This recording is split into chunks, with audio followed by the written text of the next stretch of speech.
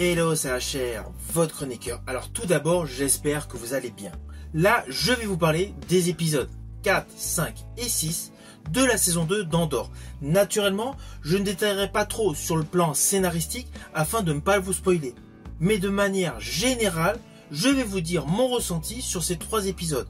3 épisodes qui ont un ton extrêmement sombre, extrêmement glauque, avec la mise en exergue, des enjeux politiques et surtout de la naissance d'une prochaine révolte.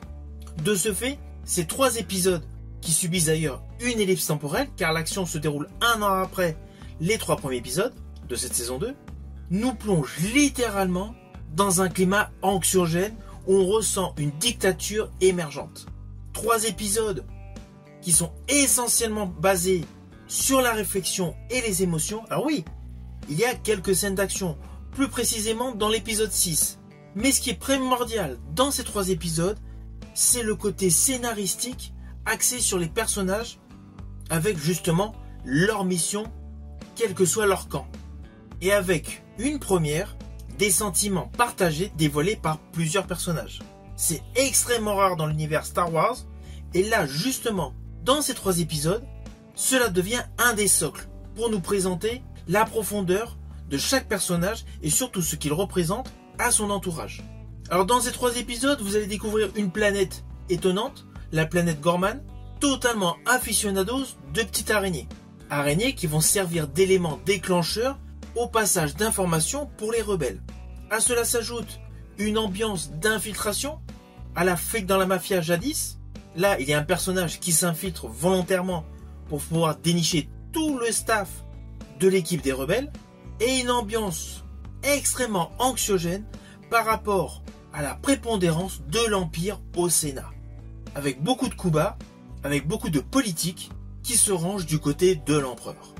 Dans cette série, surtout ces 3 épisodes actuellement disponibles sur Disney+, on n'est pas dans l'effusion de la magie ou des sabres laser ou de la connotation des Jedi.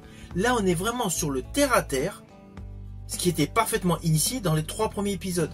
Un côté terre-à-terre qui a beau être dans un monde futuriste, a beaucoup de points communs avec la vie que nous connaissons. Ces 3 épisodes ont un traitement scénaristique beaucoup plus édulcoré, je rajouterais, que l'ensemble des séries Star Wars qu'il y a pu y avoir. Là, on est vraiment sur la profondeur des caractères, des psychologies et surtout le côté oppressant de la menace qui gronde dans l'ombre. Une nouvelle fois, l'ambiance Seconde Guerre mondiale s'y retrouve. J'estime que le récit de ces 3 épisodes est beaucoup plus mature que l'ensemble de tout ce qui a été présenté dans l'univers Star Wars.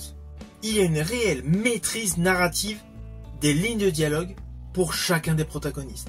Et je rajouterai qu'au fil des minutes, au fil des heures, ces épisodes illustrent parfaitement la montée en puissance de la rébellion face à un empire plus en plus dominateur. Et cela est dû principalement à la profondeur psychologique et au réalisme politique. Si vous avez aimé ma vidéo, n'oubliez pas, petit pouce vers le haut, pensez au partage. Quant à moi, je vous dis à bientôt pour une prochaine vidéo.